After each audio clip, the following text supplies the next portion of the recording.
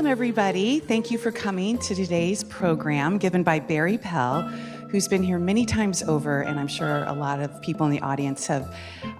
They make it a priority to come to Barry's programs because of his wonderful photography. He's a photojournalist and a world traveler, and has almost been everywhere you can name. But today's program is on Micronesia, Melanesia, and Polynesia, unraveling the mysteries of the South Pacific.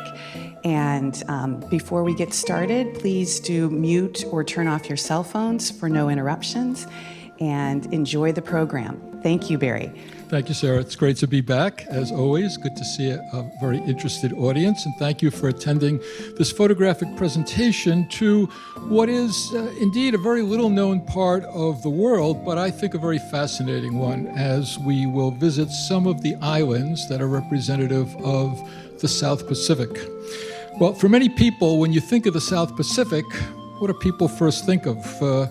Grass-skirted dancers or scenes of Tahitian natives that are portrayed in Gauguin oil paintings, or maybe the flower-strewn honeymoon resorts of Tahiti. Well, these images still, to some extent, exist, but they are, frankly, mostly gone, and they do not characterize the lives of South Pacific Islanders today. I have been traveling around the South Pacific, visiting many of the different countries represented there for the past 2.5 decades, and that revealed to me a number of things. First of all, the very important and outsized role that a lot of these islands, and I heard some of you mentioning that before I began today, the importance of these islands in World War II, fighting against the Japanese. Also, the enormous changes that resulted in these islands inadvertently but inevitably because of the presence of the Allies and Western materiel during World War II. And also, therefore, the challenges to a culture that has very, very deep roots, a lot of customs and aspects of traditional values that have been under assault, under change because of the introduction of Western values, and the people there are struggling to retain some of their traditions against the onslaught of modernization. Now, in addition to that, the islands many of them are located above what's known as the Pacific Ring of Fire, and that means that their landscape is periodically racked with volcanic eruptions, earthquakes. And many of the islands also have very low elevations above sea level and are therefore threatened from climate change, which may well submerge, as we look at these very low-lying islands, submerge entire nations before the end of this century. So the name Oceania itself describes a region that is centered around the islands of the tropical Pacific Ocean, basically between the Tropic of Cancer in the north and the Tropic of Capricorn in the south. And there are actually 3 subregions of what we refer to as Oceania, which are called Micronesia, Melanesia, and Polynesia. And all 3 of them, these regions, are located a little bit toward the western side of the Pacific Ocean, more closely connected to both culturally and historically with Asia than they are to the Americas. So Micronesia, and you all have a map here of this too, Micronesia is the northernmost group, largely north of and straddling the equator, and it is directly east of the Philippines. Melanesia is south of Micronesia, shown here in the darker blue, and it extends from the western end of the Pacific Ocean to the island of Fiji, shown over here.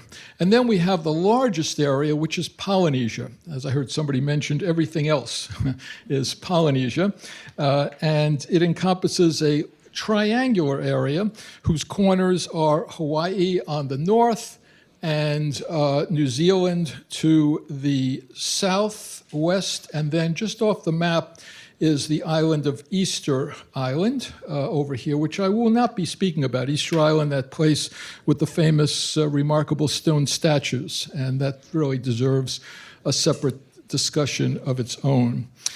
So I've traveled to many of the islands, some of which are countries, some of which are territories. And in this program, I've chosen 5 places that I think are typical, representative of the South Pacific's landscape and the lives of its people. So I'll speak about 2 countries in Micronesia, which one of them is the Federated States of Micronesia, and also the Marshall Islands, which is over here. 2 nations in Melanesia, which are the Solomon Islands, from which where a lot of fighting was happened during World War II, and Vanuatu, which has a fascinating culture. And then I'll speak about the country of Samoa over here, not to be confused with American Samoa. Samoa is an independent country. Now, these 3 regions, Micronesia, Melanesia, and Polynesia, they have, in part, a shared and sometimes overlapping cultural history with each other, but also some significant differences in their discovery, in their early settlement, their colonization, and how they have tried to retain some of their historic traditions. And many of them have very distinctive appearance and customs and people who arrived at these islands in the different regions from different places. So the majority of the islands in all 3 regions, because they are sort of toward the middle, near the equator and between the 2 tropics, generally have a tropical marine climate with typically warm to hot temperatures throughout the year. And instead of seasons being divided by temperature, they're divided between dry and rainy periods. And so in this area, you have lots of beautiful foliage, an array of colorful flowers that pretty much exist throughout the entire year. The rainy season, though, is, as we often hear about in the news, is often accompanied by powerful typhoons. And when I traveled through the area, I certainly saw evidence. I actually ran into a typhoon in one island, on one of my trips. But the evidence of the typhoons are there, seen in uprooted trees like this, showing the power of those storms, and also overturned trees like this. Now, most of these islands also share in common their initial formation. They grew typically out of volcanoes, and they then developed from the rich rock that decayed in those volcanoes. They developed areas of coral reefs, which grew when the volcano sank back into the sea. And as a consequence, these corals, very healthy corals, started to attract different species of marine fish. And the marine fish, of course, depend on their survival on the algae that grow on healthy coral. Now, worldwide, coral reefs occupy less than 1% of the surface area of all of our oceans, but they provide a home for 25% of the marine fish species and other aquatic life. And this coral ecosystem, as I'm sure many of you know, is a very sensitive one because even small increases in water temperature due to global warming largely, or increases in acidity due to absorption of carbon dioxide from the atmosphere, these small changes can cause stress, which then bleaches the coral and destroys the food source for the fish that live within it. In addition, of course, in the Pacific Islands, because of those strong typhoons, they also can destroy, break off, and kill some of the coastal coral. So many of the islands, the economy of these islands, the people who live there, depend on having a healthy marine environment because tourism for scuba diving and for snorkeling is a major sector of the economy. The country of Pell, for example, in Micronesia, has a reputation as one of the best places to go diving or snorkeling. And the attraction of visitors for those activities to view a healthy marine environment has meant that Palau is one of the most prosperous nations in the South Pacific. Their per capita income is twice that of other Micronesian countries, and that's largely because of the money spent by visitors who come to go in the waters surrounding their country. These are just a couple of pictures that I had a chance to take underwater on one of my trips. Now, flying, I traveled around these islands in two ways. I flew on small planes. Many of these islands and countries are very, very far apart from each other, so you really can't connect them by ferry, by boat. And so I would fly on these small puddle jumpers, these small commercial prop planes. And when I did that, flying above this region of the South Pacific, I certainly got a sense of both the tininess of many of the islands that people live, seems almost like they're stranded there, and also the vast distances between the islands.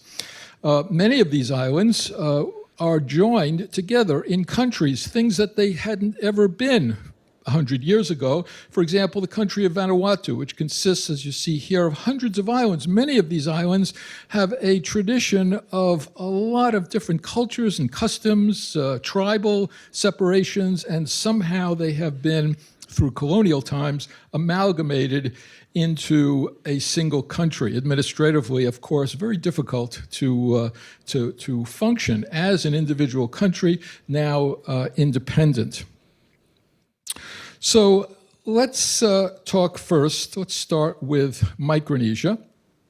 And Micronesia covers an ocean area of some 3 million square miles. It has 5 independent countries. Again, the islands, many of which are separated by hundreds of miles. There are 3 American territories in Micronesia, including Guam, which is also the largest island in Micronesia. And so the other way I traveled, in addition to by plane, small plane, was by boat, usually around the islands or between islands when distances weren't too great. And going by boat, you can certainly get an appreciation of how low the coasts lie above the water. As an example, most of the 1,000 or so islands of the Marshall Islands are less than 6 feet above sea level. And as a result, when there are storm surges or storms, it really has a devastating effect on the livelihood of people who live there. Many people, because they depend on the ocean for transport or for fishing, they live right on the coast itself. So they're exposing themselves to the effects of tidal increases. And because of changes that have occurred over the past several decades in global trade winds, which may have to do with global warming, atmospheric warming, the sea levels around these islands have been raised about a foot over the last 30 years only. And so that means that many of these homes have had to rebuild on stilts to gain some separation from the sea. Marshall Islanders, for example, have experienced deluges of tidal flooding, which they still do once or twice a year. Schools have had to be closed to shelter families whose homes became unfit for habitation. Well, a very distinctive story about the Marshall Islands has to do with the testing of nuclear bombs by the United States. And after World War II, between 1946 and 1958, the Cold War, the United States used some of the Marshall Islands for 67 nuclear bomb tests. And 3 coral limestone islands in the part of the Marshall Islands chain, which were known as Bikini Atoll, consisted of 23 small islands. The United States approached the Marshall Islands and the people who lived there, and they said, listen, we need to develop an atomic bomb. We need to have a place to test it above ground. We need for all of you to move and to go someplace else. But don't worry, because after we're done, in about 10 years or so, you can come back and we'll even help build your homes for you.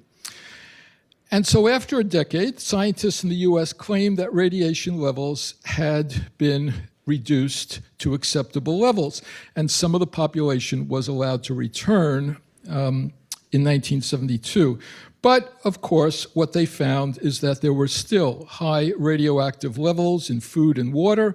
Women experienced miscarriages, stillbirths, and there were genetic abnormalities in their children. And so Well, of course, the US government turned back to them and said, I'm sorry, we made a mistake.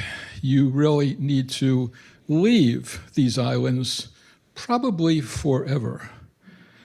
And many families were then allowed to emigrate to the United States, where today there are actually communities of thousands of Marshall Islanders in places like Arkansas and Oregon.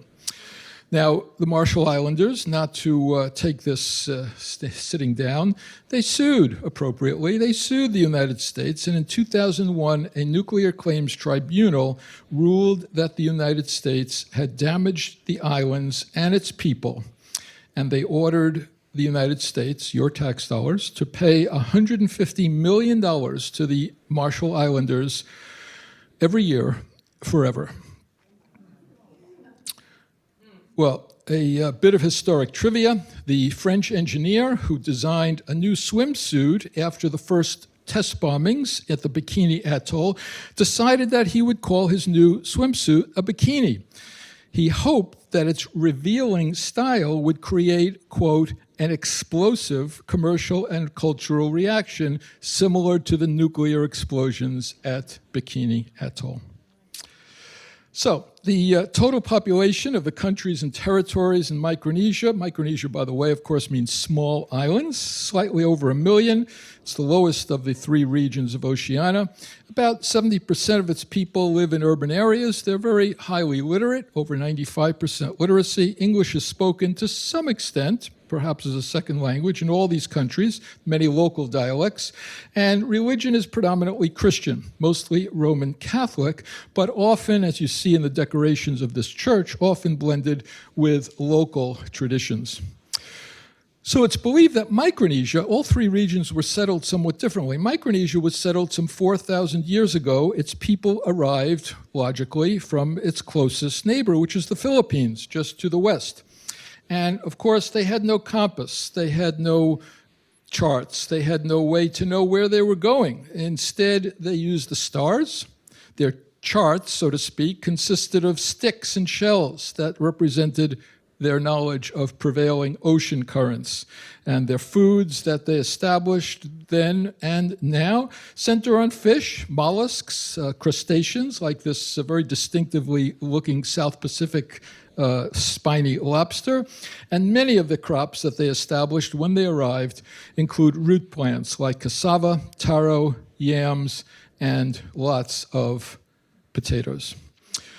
So Micronesians, like many of the Pacific Island peoples, have a strong artistic tradition. And much of this culture is expressed in wood carving. And the wood carving generally is made by the men. It includes richly decorated ceremonial and community meeting houses. There are stylized bowls, canoe ornaments, and ceremonial vessels, and also lots of sculptured figures that figure prominently in their ceremonies. The women, for their part, are very skilled in creating textiles, ornaments such as bracelets and headbands, and strong baskets worn made from palm thatch or the narrow leaves of the pandanus tree. Well, one of the most interesting places that I visited in Micronesia was an island called Yap. And Yap is part of a country called the Federated States of Micronesia. It used to be a territory of the United States. It became independent in 1986. Now, Yap is a tiny place. In this picture, I think I've probably encompassed perhaps 90% of the entire island. It's only about 40 square miles. And it's mostly, as you see, densely vegetated rolling hills, and the coast has mangrove swamps and some beaches. But despite its small size, I found this place to be fascinating because it has very strong indigenous cultures and traditions. And in particular, Yap is known for its unique use of stone money, which is known as Rai, R-A-I. It's even recognized on their license plates, shown here. Well, these Rai, which look like this, are carved round discs with a hole in the middle to transport them on a log. And they are of a mineral called calcite. They vary in width from as tiny as about 1.5 inches to 5 or 6 feet in diameter. But what I learned is, very interestingly, the value of this money is not based on the size of the disc. Instead, it's based on how much effort, how dangerous it was to quarry and bring this material back to the island of Yap. So, and obviously there were stories involved with that difficulty which determined the value of the money. Because to quarry the stones, the men of Yap had to sail, because the material was not available on Yap, they had to sail to distant islands. They had to deal with often hostile local inhabitants. Once quarried, they had to transport these discs, which could be quite heavy, on their outrigger canoes, on rafts, behind sail-driven canoes. Well, the scarcity of this material, and again, the effort and peril required to get them, made them valuable to the Yapese. Now, historically, the Yapese value these discs because the material looks like quartz. It's quite shiny, and they valued objects that were shiny. Eventually, the stones became legal tender. They were even mandatory in some payments. Now, I often encountered rows of discs that were erected on each side of the entrance to a village, indicating proudly how wealthy that village was, or as a stored valuable in homes. Well, no more discs are being imported today, and the stone money supply is fixed, which makes it even more valuable. The islanders know, though, they know who owns which piece, but they don't necessarily move them from one place to another when making a transaction. Instead, it's kind of a bookkeeping arrangement. The largest ones, in fact, require 20 adult men to carry. Now, although the United States dollar is the currency today used for everyday transactions, these stone discs are still used in traditional or ceremonial exchange, like marriages, transfers of land title, for example. So, very interesting place. All right. The second South Pacific region I want to speak about, equally fascinating, is Melanesia. Now, Melanesia is directly south of Micronesia. It is northeast of Australia. And it has some 2,000 islands, which are comprised of 4 independent countries, 3 territories owned by France and Indonesia. So Melanesia, of course, comes from the Greek. It means black islands, Melanesia. And indeed, anthropologists believe that, as opposed to Micronesia, where people came over from the Philippines, Melanesian people emigrated from Africa between 50 and 100,000 years ago. Obviously, Africa is pretty far away. They first came to Australia, and then along the southern edge of Asia, Southeast Asia, and eventually arrived in the islands of both Papua New Guinea and from Australia. And then these islands at one time were connected by a land bridge when the sea level was much lower. And then they made their way to the area of Melanesia. And so because of their African origin, because of that origin, the people of Melanesia are much darker skinned than people in either Micronesia or Polynesia, who originated from further north in East Asia, particularly from Polynesia, I'll speak about in a moment, who came from Taiwan. So, but they're all island people. And so as island people, they're very comfortable with, they make use of the water, they're very skilled on the water from an early age, whether it's for necessities like fishing, they use the water for transportation every day, or in their free time for leisure activities, in their dugout canoes, and perhaps to show off for a visiting foreigner. So I also encountered many people in Melanesia, especially in the Solomon Islands, that I'll speak about, who have incredibly blonde hair. And about 1/4 of Solomon Islanders have the unusual trait of having the darkest skin in the world, outside of Africa, but also sporting blonde afros. It's a very fascinating situation. They are one of the few non-Caucasian people in the world who have blonde hair. Now, researchers originally thought, well, this is because they get a lot of sun and it bleaches their hair, or maybe it's something in their diet. But geneticists have actually traced it to a gene that is unique to Melanesian people. And interestingly, it is not the same gene that causes blondness in Caucasian people. And as with blonde hair that arose in Europe, the incidence of blondness is more common in children, and the hair tends to darken as the individual matures. So, my travels in Melanesia focused on three, despite this boy's putting up two fingers, focused on three aspects, namely the pivotal importance of this region in fighting the Japanese in World War II, the conditions of the landscape, the presence of many active volcanoes in the natural environment, and also the complex system of customs and culture of the island villages that some of them are desperately trying to sustain. So let's talk about the war. Well, the South Pacific, of course, was a major arena of conflict during World War II.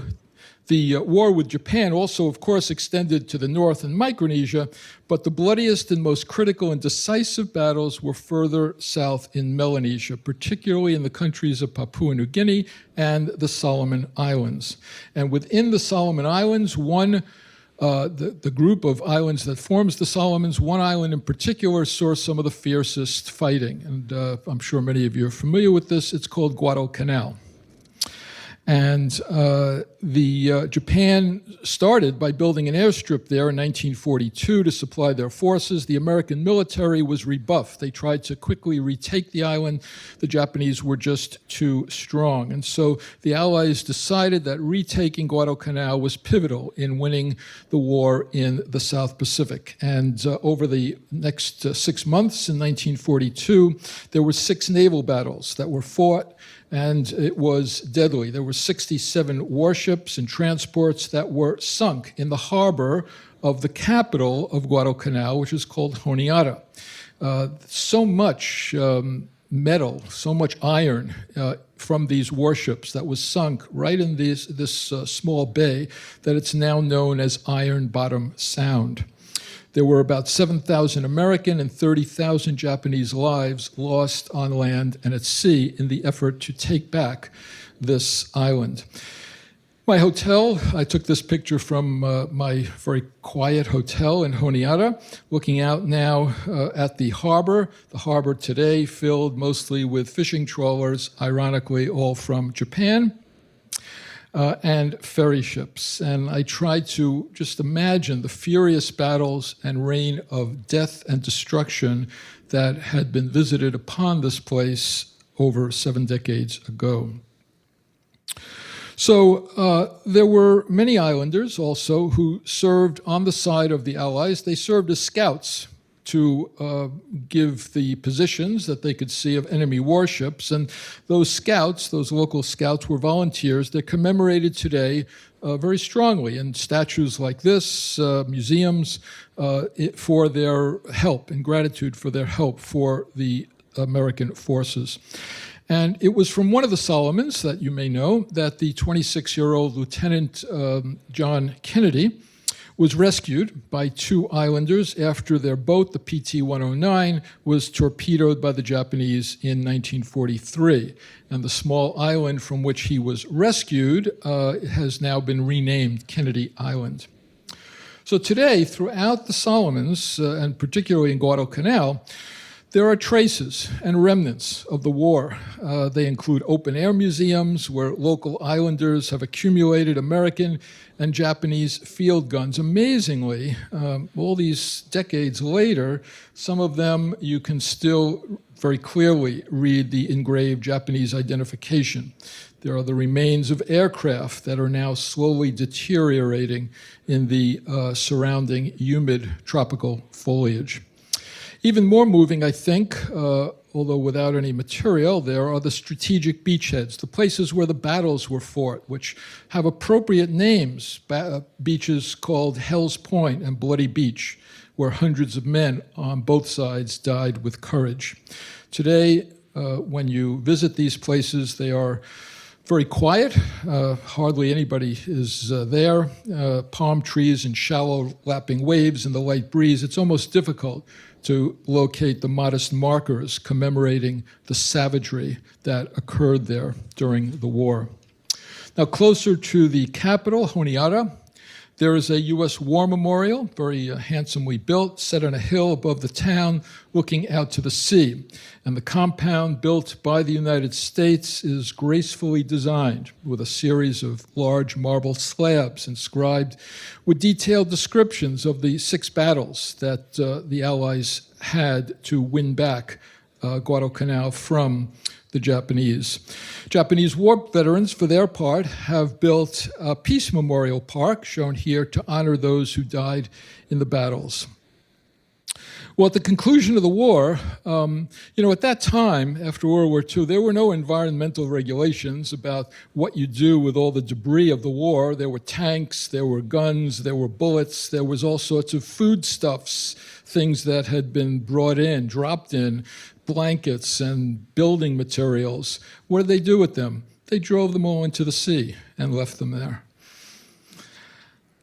Among the debris haphazardly dumped by American forces, much of it was collected. It was considered interesting or valuable by local people. They assembled some of it, and among the most popular collectibles, if you will, were the small green glass embossed Coca-Cola bottles.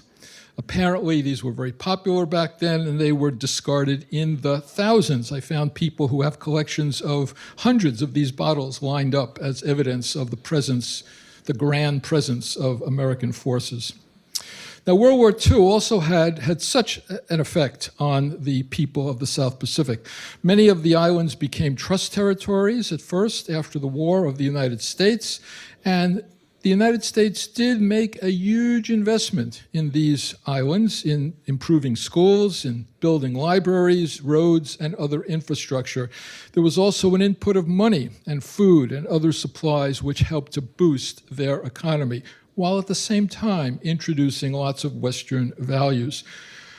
Among them, a lot of the local people, they observed the Allies arriving to fight the Japanese, and they saw that many of the people who fought were not only white people, but they were black people. Some of them served together, fought side by side, and so the local people of the Solomons, many of whom were black and had been ruled by white colonizers, they scratched their head and they said, why should we be under the thumb of colonial rule from Europeans when we see this greater equality among the fighting forces that have descended upon our islands? And so they began to foment for their own independence. And eventually, most all of these islands did become then independent countries. Again, it came out of the thinking from when they observed the armed forces on their land. Now, one of the most bizarre developments, though, that also resulted from World War II was something called a cargo cult.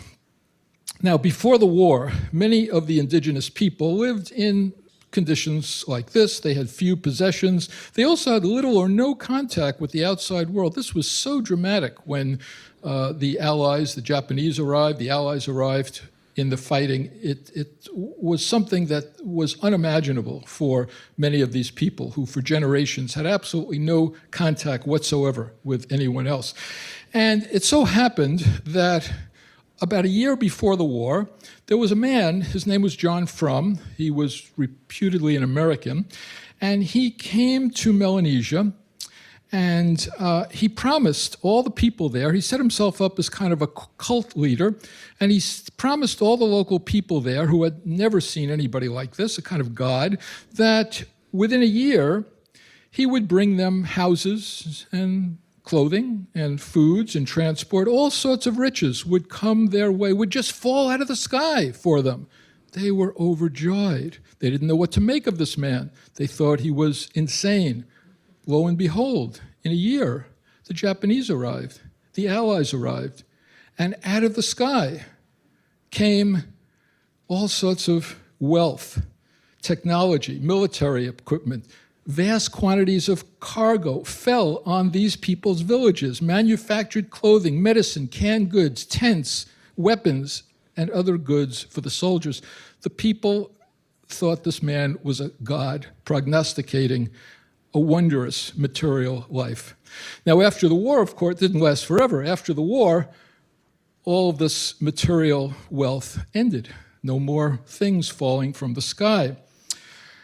But the followers of John Frum wanted more. They didn't understand the war's ending. They built symbolic landing strips to encourage American airplanes to return and bring them more cargo.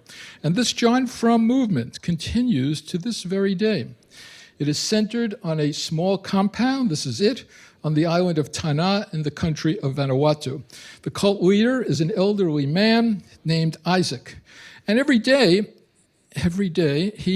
at dawn, he conducts a ceremony raising the American flag and singing patriotic battle hymns, Star Spangled Banner, all sorts of things. He has a collection of U.S. Navy medallions and banners. Each year on February 15th, thousands of followers of the John Frum cargo cult from around the South Pacific and internationally come to this very compound for parades and music, extolling American values. So February 15th is the date on which the followers believe John Frum will return. Some supporters have actually made aerials out of tin cans and wired to contact him. And as an American, I was, of course, very warmly welcomed by members of the community. I suspected they might have thought I was the reincarnation of John Frum. But indeed, it was all very, very strange. Now, also in the country of Vanuatu, on the island of Tanna, is one of the most dramatic natural sights I've witnessed in all my travels. And that is the active volcano called Mount Yasur, which violently erupts and shakes the ground beneath your feet every couple of minutes, as at the same time it spews out molten rocks hundreds of feet into the air, which then accumulate on the volcano's slopes. Now, the Pacific Ocean, of course, is a very active volcanic region. This is the Ring of Fire. The movement of tectonic plates on the ocean floor have spawned earthquakes, tidal waves, and many volcanic eruptions. And Melanesia, the islands in Melanesia, sit squarely on the Pacific Ring of Fire. The Ring of Fire overall, which extends along the coast of California and Alaska and such, contains some 450 volcanoes, of which 75% are active, and the country of Vanuatu has the distinction of being the location under which there are 9 of these volcanoes. So the Mount Yasur volcano is perhaps the world's most accessible, because once you get to the trailhead, it's only about a 5-minute walk up this wooden boardwalk that then takes you right to the lip of the volcano. That's the good news. Reaching the trailhead, though, requires a torturous 4-wheel drive road trip of about 4 hours. First goes through bumpy, dense forest, where you will inevitably encounter residents harvesting coconuts and coffee, vegetables, and fruit. The roadbed then changes to fine black sand, evidence of volcanic eruptions which have then eroded to form this very fine sand that gets everywhere. And then you open up right next to the volcano on an enormous volcanic ash plain, which is dotted with rocks that just a short time before, maybe just minutes before, were in the belly of this enormously hot volcano. So from this plain, you can then, very adjacent, observe the puffs of dark gray smoke that are belched every few minutes from Mount Yasur, and then you feel the ground beneath your feet shaking. There are guest houses which have been built nestled in the enormous banyan trees, and if you can, sadly, there are no toilets in these. So, if you need to use a toilet in the middle of the night, you have to go. Well, anyway, but the back patio of these banyan tree guest houses allow you a very wonderful view of the volcano throughout the day. But getting back to the path, this 5-minute boardwalk that goes up to the edge of the volcano, you can walk up right to the edge and you can sort of make yourself at home and sit right on the lip of this volcano. The volcano actually has 3 vents from which sulfurous ash and lava are expelled, and when you stand at the lip, you're no more than several hundred feet distant and above the volcano's explosions. And you can hear the whiz of volcanic rock flying through the air, hopefully the wind is blowing in the opposite direction, and feel the heat from the eruptions of fire.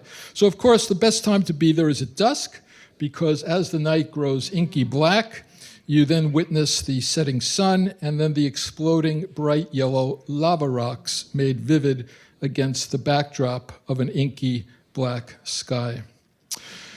So Mount Yasur has been exhibiting an unusually higher level of activity in the last 5 or 6 years, and so it is monitored closely by authorities. At times it is closed to public access. So, perhaps more than any of the world's peoples, the modernization, largely brought on by World War II, has changed irrevocably the lives of South Pacific islanders. As the islands of Oceania developed, these individual, very separate islands, different cultures, which were run not as governments, but by individual tribal leaders, evolved in each island group. And there had to be, to keep order, because there wasn't really any government, there were complex social systems, hierarchical social systems.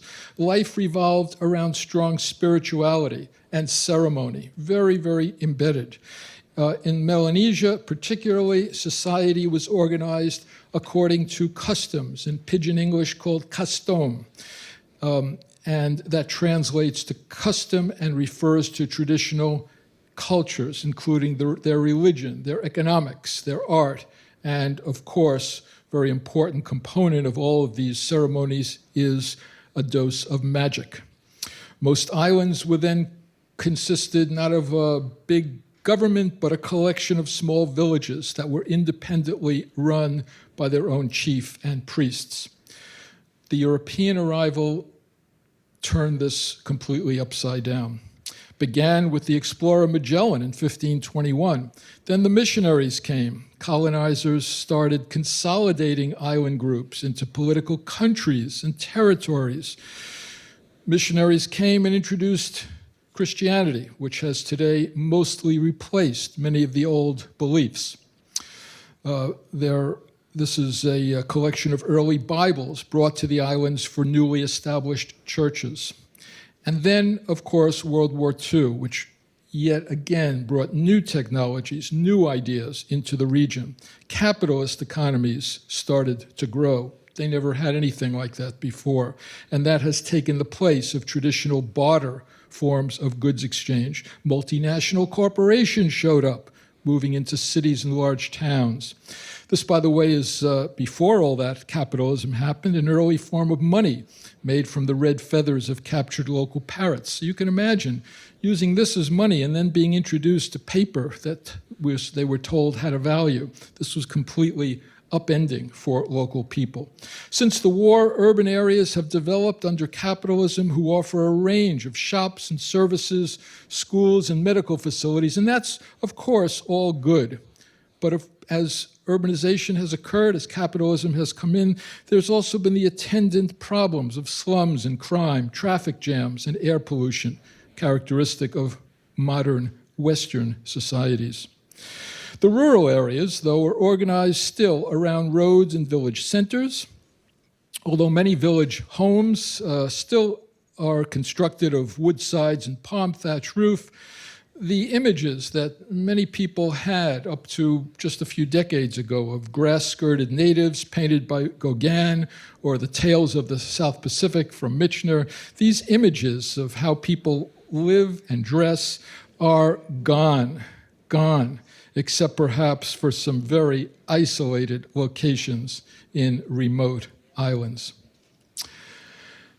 Yet, despite the permanent lifestyle changes which have occurred enforced by early missionaries, by colonizers. Missionaries, of course, showed up and they said, no more of this dancing that you do. It's lewd. No more tattooing. Don't do that. It goes against God. No singing. Singing, that's in church maybe, but no singing. Yet the villagers have somehow, not all of them, but some of these villagers have been able to revive their local customs, to promote their heritage. And they've done this for two reasons. One, of course, is to share it with visitors, but even more importantly, it's to pass on the importance of these traditions to the next generation. And in some cases, they've been quite successful. So, for example, on the island of Malekula in Vanuatu, there are two villages where programs are offered to demonstrate some of those historic symbolic dancers, costumes, music, food preparation, and their arts and crafts. Well, the two major cultural groups on the island are called the Big Nambas and the Small Nambas. You could sort of guess what that refers to, but it refers essentially to the length of the traditional pandanus, fiber sheath worn around the penis and tucked into a bark belt. So the dancers themselves refer to many different ceremonies of welcoming people like visitors, socializing, spiritual, farewell ceremonies. They're accompanied by drumming on a large hollowed-out slit drum called a tam-tam, and the performers' bodies are coated with coconut oil, and they wear nut rattles tied around their ankles and feathers in their hair. As part of these ceremonies for their traditional way of life, there are demonstrations by village women preparing traditional foods, such as the very popular lap lap, which is a pounded taro paste mixed with fresh, sweet coconut cream, wrapped in a large leaf and cooked over a wood fire. The fire, of course, is prepared in a traditional method by rubbing sticks together. Lap lap is a very popular dish, as you can see in this picture. Coconuts are also abundant throughout Oceania. The young green ones are best for their milky sweet water, and the older brown ones are scraped out for their delicious white flesh.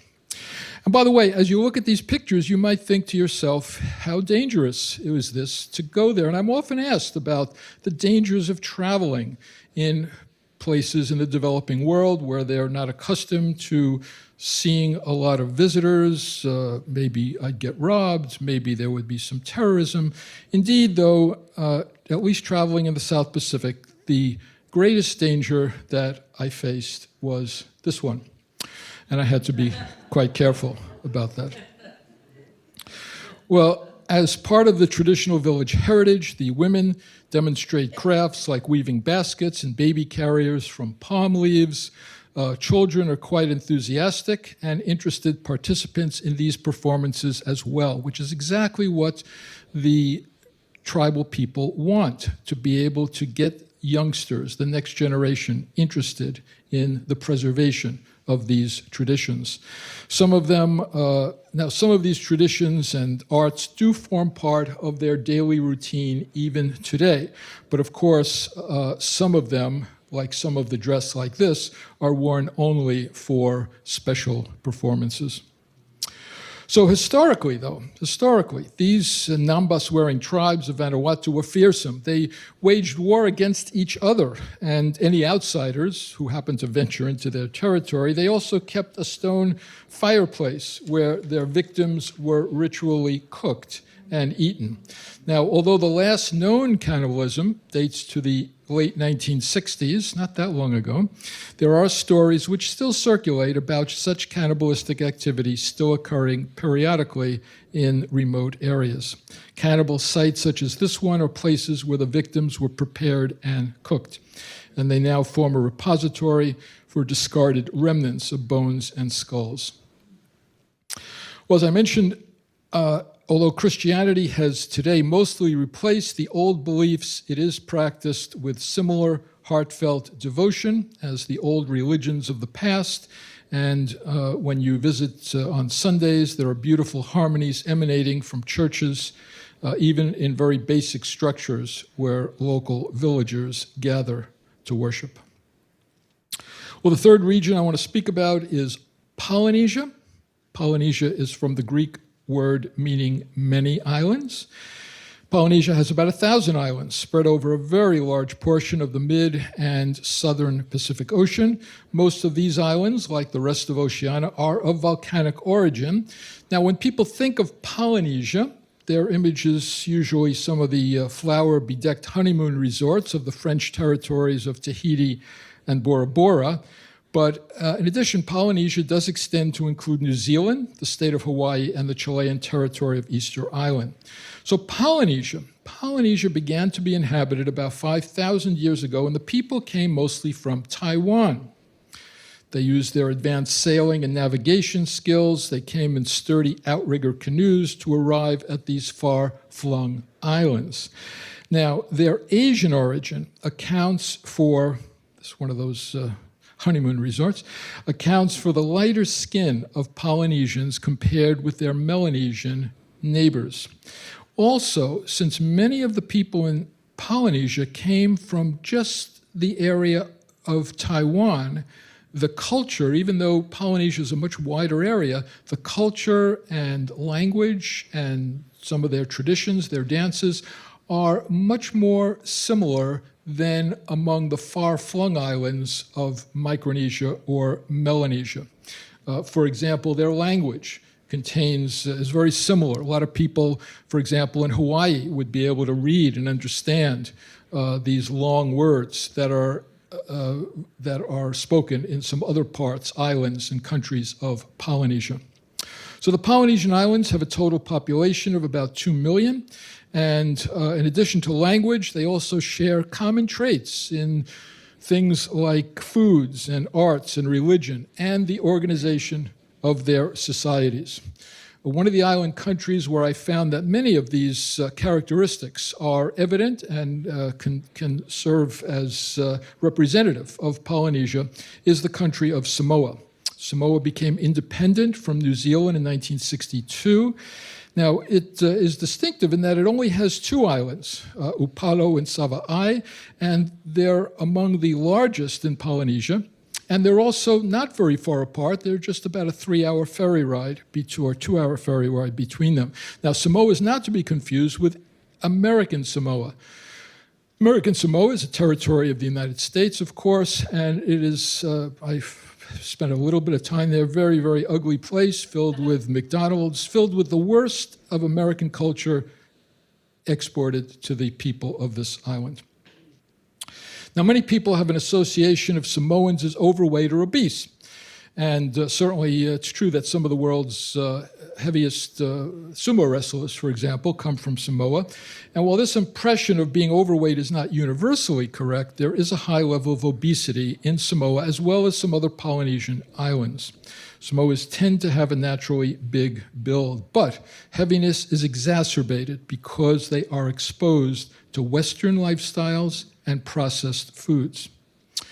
Now, many Samoans, sadly, have turned away from traditional diets of fresh fish and fruits and vegetables, and that's because they're more expensive than processed foods.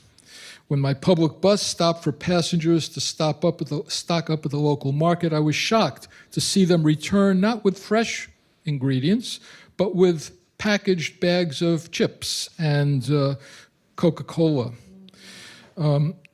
Again, one of the chief causes is the lower price. It's cheaper to buy a bottle of Coca-Cola than a bottle of water. Resulting from this diet, associated diseases are rampant, including heart disease and diabetes and other diseases. So Samoa is the last of Polynesian nations where traditional tattooing is still widely practiced, despite the efforts of the missionaries to abolish it. Samoans told me their tattoos symbolize a bond of unity, a shared pride in their heritage. The designs are intricate geometric patterns done by both men and women, the men typically covering their shoulders to their ribs, the women tattooing the area from just below their knees to their upper thighs. And this woman, by the way, is wearing a linen-like dress made from the bark of the paper mulberry tree. It is found throughout Polynesia. It's called the siapo in Samoa. It's regarded as one of the region's finest and most distinctive art forms. So similar to other Pacific islands, Samoa, of course, has been influenced by Western culture, but its people, including the younger generation, still thankfully revere their traditional music and dance. In some instances, island songs have been updated with hip-hop movements from the West. Music and dance shows, of course, are given for tourists at hotels, but also I found that they're performed for local residents and appreciated by them on holidays and special occasions like birthdays and weddings. I observed very enthusiastic Samoan audiences who appreciated the music and laughed hysterically at the provocative dances and song lyrics. So the performers themselves are traditionally attired with outfits of leaves, human hair, and woven with women with a headdress of flowers. Now, in one of the typical dances that I observed, performers will clap their hands and slap parts of their body synchronously while the drummers keep the beat. And this style of dance, the slapping their body in different places, is said, perhaps jokingly, to have begun as a way to ward off mosquitoes. Now, the bonds connecting Samoans extend to their families and their village communities, and these important communal links encompass a code of traditional behavior and etiquette. They're manifest in a number of ways. For example, most evidently church attendance, also community gathering places where they join forces to communally solve issues in their community. They also have shared drinking ceremonies, and they communally respond to natural disasters like typhoons and tsunamis. So religion, starting in the late 1700s, Christian missionaries began to arrive en masse in Polynesia. Now, originally they were rejected on some of the Polynesian islands, but Samoans were willing to accept Christianity more readily because it just so happens, coincidentally, that Samoan legends coincided with Christian creation beliefs, so they thought it was appropriate. Through the 1800s, therefore, missionaries from many different sects arrived and successfully converted people on Samoa: Methodists, Catholics, Seventh-day Adventists, Mormons, like this is the Mormon church in Samoa's capital, and even Baha'i. They all competed for Samoan members. And so every village in Samoa has at least one large church, which provides a social center and where almost everyone makes an appearance on Sunday, dressed in their formal best. Some of these buildings are architecturally stunning, both on the facade, like this one, and in the interior. In the capital, the churches were so closely spaced that as I walked on a quiet Sunday down the street, I could hear a continuous serenade of singing and sermons. Services are inevitably followed by enormous lunch banquets. Streets on Sunday are eerily deserted with shops and markets closed up tight. Now, the importance of communal activity, community in Samoan society is also reflected in its architecture. From the smallest villages to the capital, there are these large meeting houses called fales. These are roofed structures, usually with roofed and thatch, supported by poles open on all sides. Traditionally, the support beams are lashed and tied together with a kind of rope made from dried coconut fiber, and this is one of the great architectural achievements in Polynesia. And so the people gather in these fales. The position of the post dictates the seating position hierarchically of the chiefs according to rank. And orators then stand to speak. Samoans are considered to be great speakers and debaters, which also helps in the preservation of their language. Well, nowadays, this word fale has been abused a bit, and it essentially refers to any building that has a roof and open sides. People are often curious about where I sleep when I go to some of these places. Well, this was one of the more primitive places. It was on a tiny part of Samoa, and it is considered a fale. It was closed on one side to cut down on the wind. The furnishings were quite elaborate with a piece of foam rubber and a few steps to go up to. Some places are a little bit more upscale, like this one, where you have these curtains that you can drop, louvered, thatch louvers for privacy and rain protection. So a discussion about South Pacific and Samoa culture would not be complete without the mention of communal drinking. Again, another community activity, and particularly the mention of kava. Well, kava is a muddy, slightly bitter drink made from the roots of the kava plant, shown here, prepared by chewing or grinding or pounding the leaves, after which it's added to cold water and then drunk as quickly as possible. This is it in its powdered form. It is sedating. It's primarily consumed to relax without disrupting mental clarity. But it plays much more than just a drink. It is such an important role in religious, political, and social ceremonies. It's another aspect of Samoan society that binds their community together. It's drunk communally. Participants share a half coconut to put the liquid in, and they pass it around in a circle. Finally, my Pacific travels revealed to me in very dramatic ways how vulnerable these islands are to the forces of nature, from volcanic eruptions to earthquakes, tidal waves, tsunamis, and cyclones, to more recent threats from global warming, rising ocean levels that threaten to inundate coastal cities.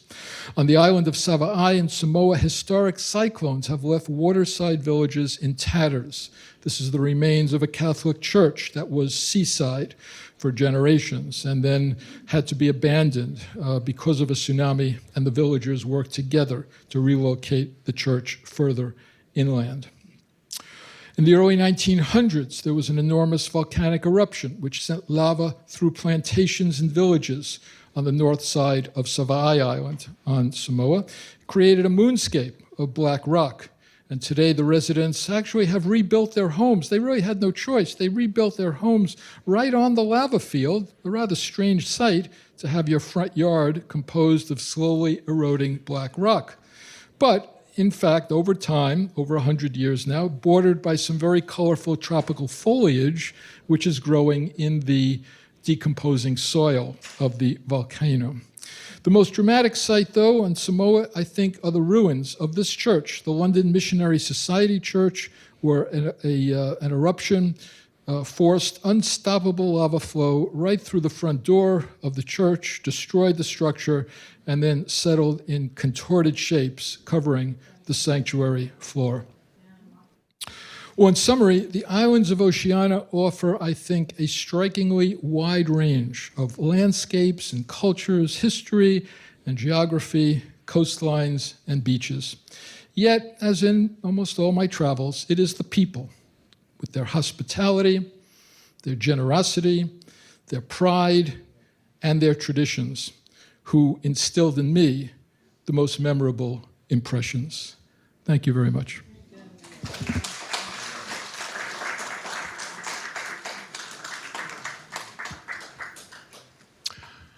Have any of you been to some of these places?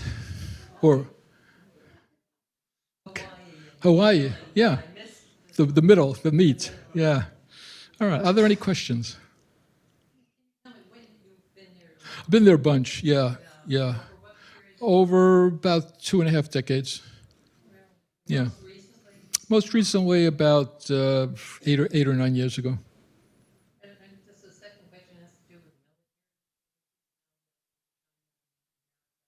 military. Such rivalry. I mean, I know with Pearl Harbor, Right. I know with Taiwan, the Japanese used to bomb the Philippines, now the Americans.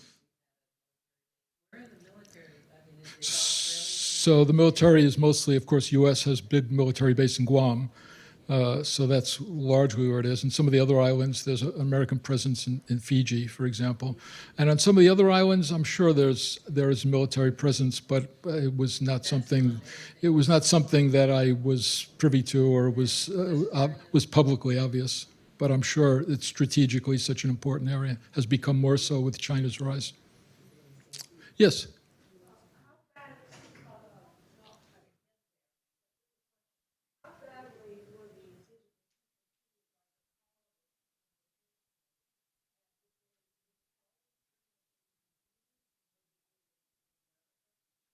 Yes to both those questions. They were treated when the European colonizers came. They were treated very poorly because they tried to erase their traditions. They felt they were backward. They tried to erase their language. They saw some of their customs and culture as being subversive against the presence of colonization. They destroyed many of their tribal leaders, killed them. Of course, they did bring diseases with them as well. They were not immune to that. That's thankfully all changed now, but the damage has been done. Sure, absolutely. Yeah, all of those things happened just like they did in South America and other places where indigenous people had no immunity to resist those European-brought diseases. One other question. Yeah. If one were to visit, what one place that's moderately easy to get to go to? I mean, there's some places that are overly.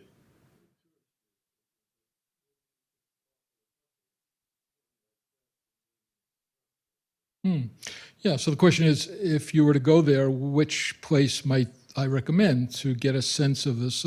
I think Samoa is quite interesting and readily available. It doesn't have that much in the way of tourism, and you can really get a sense of some of the things that I've spoken about here. It's pretty easy to get to. More out of the way would be a place like Vanuatu, but also accessible. You may need to make a few connections from Boston, but you can get there. And then they do have a main city that you can stay in, and you could do some day trips and learn about it. Of course, if you're interested in history, going to the Solomon Islands and Guadalcanal, seeing some of those sites is fascinating. It depends in part on your interests. But all of them are accessible. They're not, it takes, especially from Boston, it takes hours and hours to get there, a lot of connections, and it's not cheap. But can be done. And it's frankly, it's safe.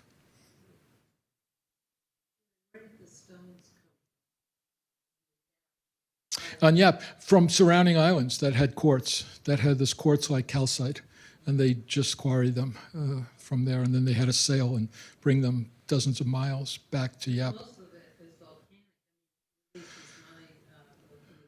Right, all those islands have. Yeah, I'm not sure. I think they brought them from a number of different islands. Yeah. Yes, Barbara. Guam isn't Guam's not on the map? Guam would be a little bit further north in Micronesia, exactly. Yeah, it's in Micronesia.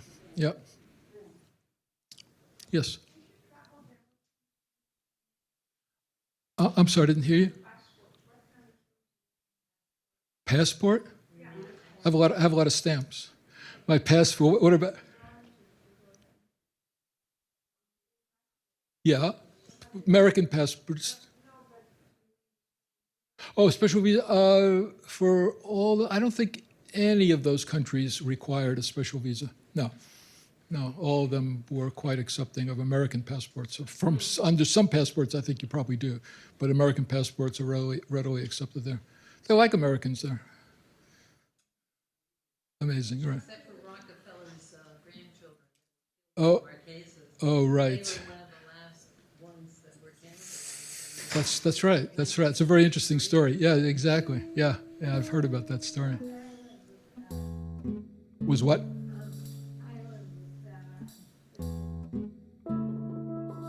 Oh, in the Marquesas. That's part of Melanesia, I think. Yeah. But there was cannibalism on all these islands, frankly, at one point when that was part of their tradition. Yeah.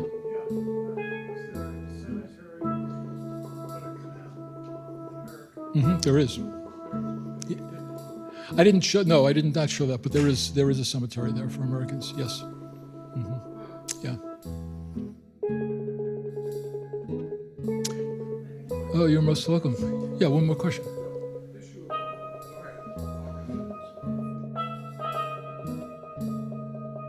Exported. They do, yeah, they do have that as well, but they don't, it's expensive.